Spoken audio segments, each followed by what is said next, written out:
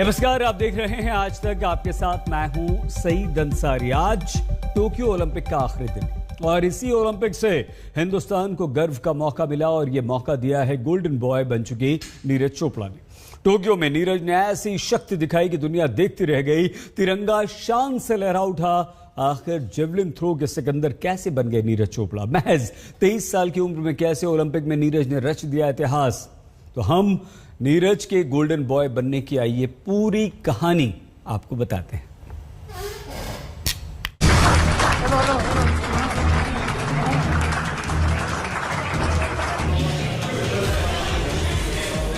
कोई यूं ही नहीं बन जाता नीरज चोपड़ा। दिल्ली से करीब 6000 किलोमीटर दूर यूं ही तिरंगा नहीं लहराया। टोक्यो ओलंपिक में जिद, जुनून और मेहनत ने ऐसा रंग दिखाया कि आन बान और शान से तिरंगा लहरा उठा। पूरे हिंदुस्तान का सीना गर्व से चौड़ा हो गया। और बहुत बहुत बधाई आपको। Thank you sir, thank you so much. आपने देश को खुश कर दिया। जापान की जमीन पर नीरज चोपड़ा ने कामयाबी का ऐसा परचम फहराया है कि हिंदुस्तान का मंगल गान हो रहा है। खेल के महाकुंभ से एक सितारा निकला है जो अब हमारा गोल्डन बॉय है। वो अब हर दिल अजीज है।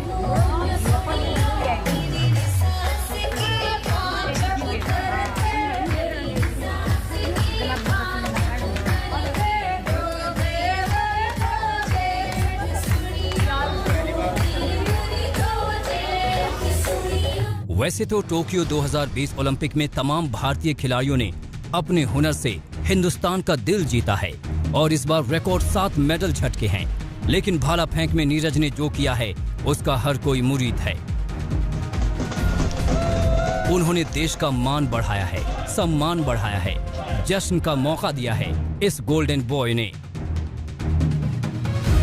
और अब उनके घर के बाहर ये जश्न का माहौल, वीआईपी, वीवीआईपी, स्थानीय विधायक, नेता, अफसर, जो भी तमाम का समाज का तबका है, हर कोई यहाँ पहुँचने लगा है। ढोल नगाड़ों के साथ जो है जश्न का जो माहौल है वो खत्म नहीं हो रहा है और ये तब तक चलेगा जब तक नीरज चोपड़ा टोक्यो ओलंपिक से लौट कर आप वापस अपने घर, अपने गाँव नहीं आ जाती। ओलंपिक में एथलेटिक्स की स्पर्धाओं में जो अब तक नहीं हुआ था वो नीरज चोपड़ा ने इस बार कर दिखाया है। जो अब तक हिंदुस्तान के लिए ख्वाब था, उस अधूरे ख्वाब को हमारे गोल्डन बॉय ने पूरा किया है। उसी ऐतिहासिक कामयाबी के जश्न में डूबा है पूरा देश।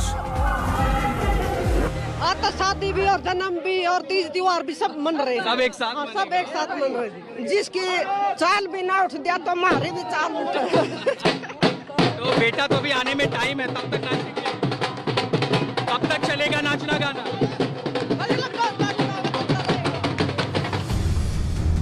तो पूरी दुनिया इस सिकंदर को सलाम कर रही है।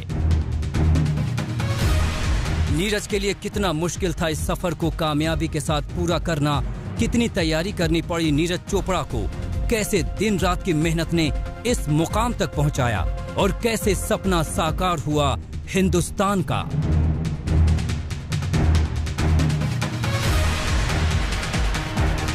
सच बताऊं तो एक बहुत ही बड़ा बदलाव सा हो गया है, क्योंकि कल ऐसा लग रहा था कि शाम को मेरा इवेंट है और उसके लिए प्रिपेयर हो रहा था, मेंटली भी और फिजिकली हमने बहुत ज़्यादा ट्रेनिंग की थी पहले। तो एक बहुत ही मुश्किल सा टाइम लग रहा था, पर पता नहीं क्या हो पाएगा, क्योंकि वेट रहता है और इंडिया में भी सभी को वेट था।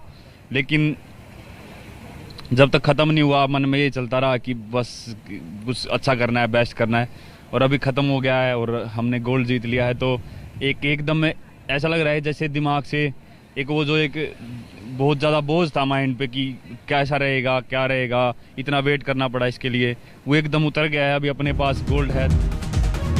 देश को गुमान है अपने गोल्डन बॉय पर। मेडल टैली में स्वर्ण की लिस्ट में हिंदुस्तान का नाम जोड़ने वाले इस सितारे ने वो कर दिखाया है जो इतिहास के पन्नों में दर्ज हो गया है। लेकिन यहाँ तक का सफर ऐसे ही पूरा नहीं हुआ। हरियाणा के गांव से निकले नीरज ने ऐसे ही देश का मान नहीं बढ़ाया। इसके पीछे है लंबे त्याग की गाथा। इसके लिए तपना पड़ता है, लड़ना पड़ता है, जूझना पड़ता है, फौलाद इरादे के साथ पसीना बहाना पड़ता है और तब तैयार होता है नीरज चोपड़ा। 23 साल के नीरज चोपड़ा का टोक्यो ओलंपिक तक का सफर इतना आसान नहीं। जरूर है कि हाँ जी, जो मेहनत की थी वो आज ऐसा मुकाम था ये ओलंपिक गेम्स, क्योंकि कॉमनवेल्थ और एशियन गेम्स एक अलग चीज है, लेकिन ओलंपिक से बड़ा कुछ नहीं है। तो आज ये क्या मायना लगता है, ये मेडल तुम्हारे लिए क्या है ये बताओ। ये बस मुझे लगता है कि लाइफ का, मेरे स्पोर्ट्स करियर का सबसे बड़ा दिन, और अपने मतलब एथलेटिक्स के लिए और इंडिया के लिए गोल्ड जीता है, तो एक बहुत ही बड़ी बात है मेरे लिए। ओलंपिक में स्वर्ण पदक जीतने तक की नीरज की कहानी बेहद चौंकाने वाली है। ये मामूली बात नहीं कि इतनी कम उम्र में कोई खेलों के महाकुंभ में सुर्खियां ऐसे बटोरकर अपने राष्ट्र का अभिमान बन जाता है।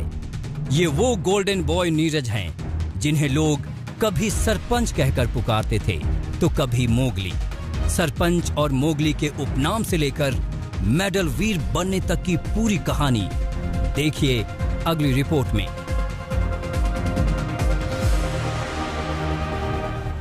तो नीरज चोपड़ा के हीरो बनने की कहानी बहुत दिलचस्प है। कद काठी देखकर कोई भी उन्हें फिल्मों का हीरो मान सकता है, लेकिन टोक्यो में अपने कारनामे की बदौलत अब नीरज देश के रियल हीरो बन गए।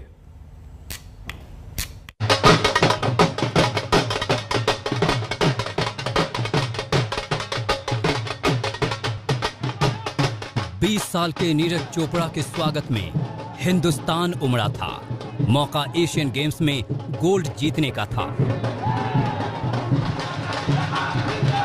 लेकिन वो तब की बात थी।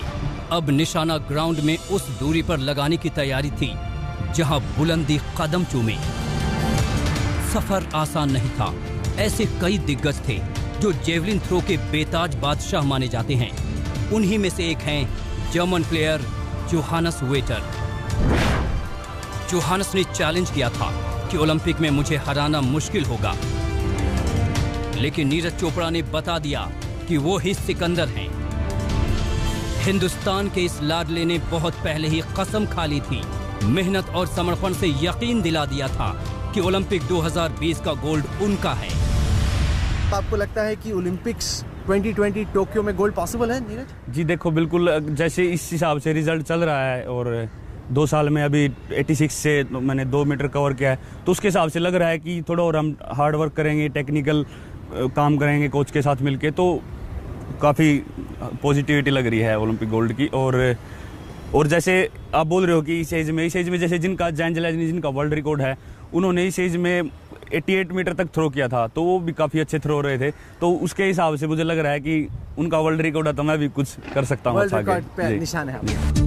आज तक से खास बातचीत में ओलंपिक से 2 साल पहले ये वादा था गोल्डन बॉय का, जिन्हें गोल्ड से कम कुछ भी मंजूर नहीं था। तो अभी आपका बेस्ट है 88। जी, सब लोग ये सोच रहे हैं कि 90 कब क्रॉस करेगा नीरज? 90 सर देखो अपना तो 100% दे रहे हैं, देखते हैं कौन से कंपटीशन में होता है। 88 के थ्रो में और 90 के थ्रो में क्या फर्क पड़ता है? वेदर कंडीशन, स्टेडियम, एथलीट का जी जोश, बिल्कुल हर चीज, हाँ जोश भी और फिटनेस काफ़ी मायने रखती है, और एक अच्छी डायरेक्शन में थ्रो करना बिल्कुल सीधा, तो वो काफ़ी मायने रखती है चीज। 800 ग्राम वजनी भाले के साथ ग्राउंड में नीरज ने अपनी आधी उम्र गुजार दी है।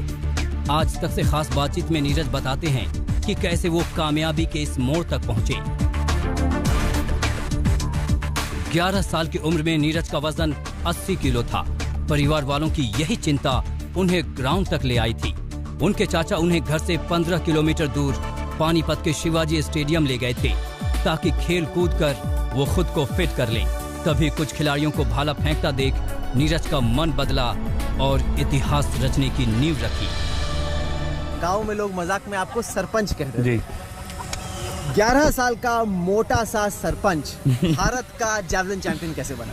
जी देखो, हाँ स्टार्टिंग में काफ़ी वेट होता था, मोटापा ज़्यादा था, क्योंकि गांव में ऐसे हरियाणा में नॉर्मली घी दूध जैसे चलता रहता है तो खाते थे। तो ऐसे ही मैं फिटनेस के लिए घर वालों ने ग्राउंड पे भेजना स्टार्ट कर दिया।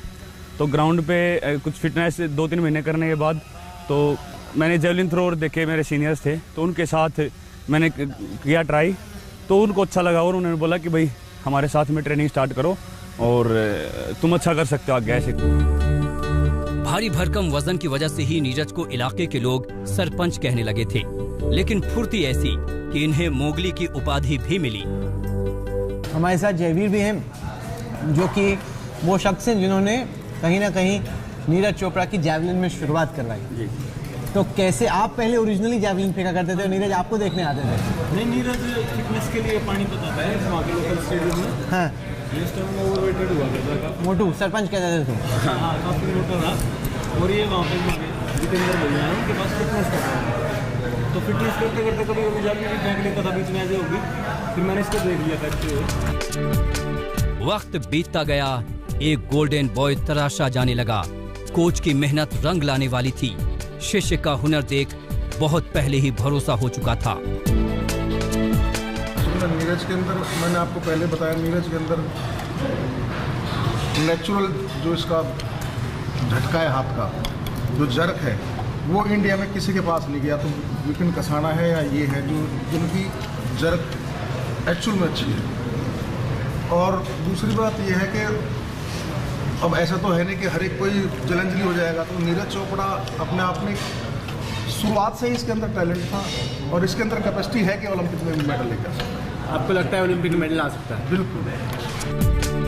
सबसे पहले भाला फेंक खिलाड़ी जयवीर चौधरी ने नीरज की खूबियों को जाना था, क्योंकि सच्ची लगन के साथ कड़ी मेहनत ने ही 2 साल के अंदर नीरज को अंडर 16 का राष्ट्रीय चैंपियन बना दिया था।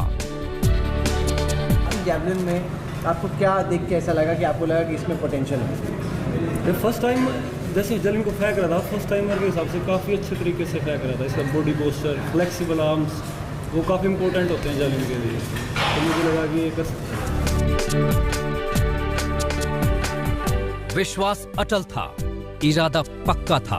तभी तो चट्टानी चाहत को पूरा करने के लिए नॉनवेज को हाथ तक नहीं लगाने वाले नीरज ने उसे भी खाना शुरू कर दिया था। पहले आप मीट नहीं खाते थे? नहीं, पहले नहीं खाता। 2016 तक इतना मतलब क्या कि मीट खाना जरूरी है? जी देखो, 2016 में हमारा कैंप गया था पोलैंड। तो यूरोप में ज़्यादातर वेज ही मिलता है, मतलब घास फूस ये ज़्यादा होता है। तो वहाँ पे काफ़ी मतलब वेट लूज़ हो रहा था और एक जो ट्रेनिंग करते थे हार्ड, उसके बाद जो एक रिकवरी चाहिए डाइट की भी, और तो वो हो नहीं पा रही थी। तो इसलिए सभी ने बोला कि नॉन वेज स्टार्ट कर दो, क्योंकि वहाँ पे वेज इतना था नहीं।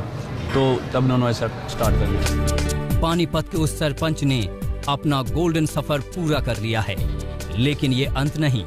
अभी तो हिंदुस्तान के सपनों के साकार होने का आगाज हुआ है। पानीपत से आशुतोष मिश्रा के साथ आज तक ब्यूरो। बहुत छोटा सा ब्रेक, आप देखते रहिए आज तक।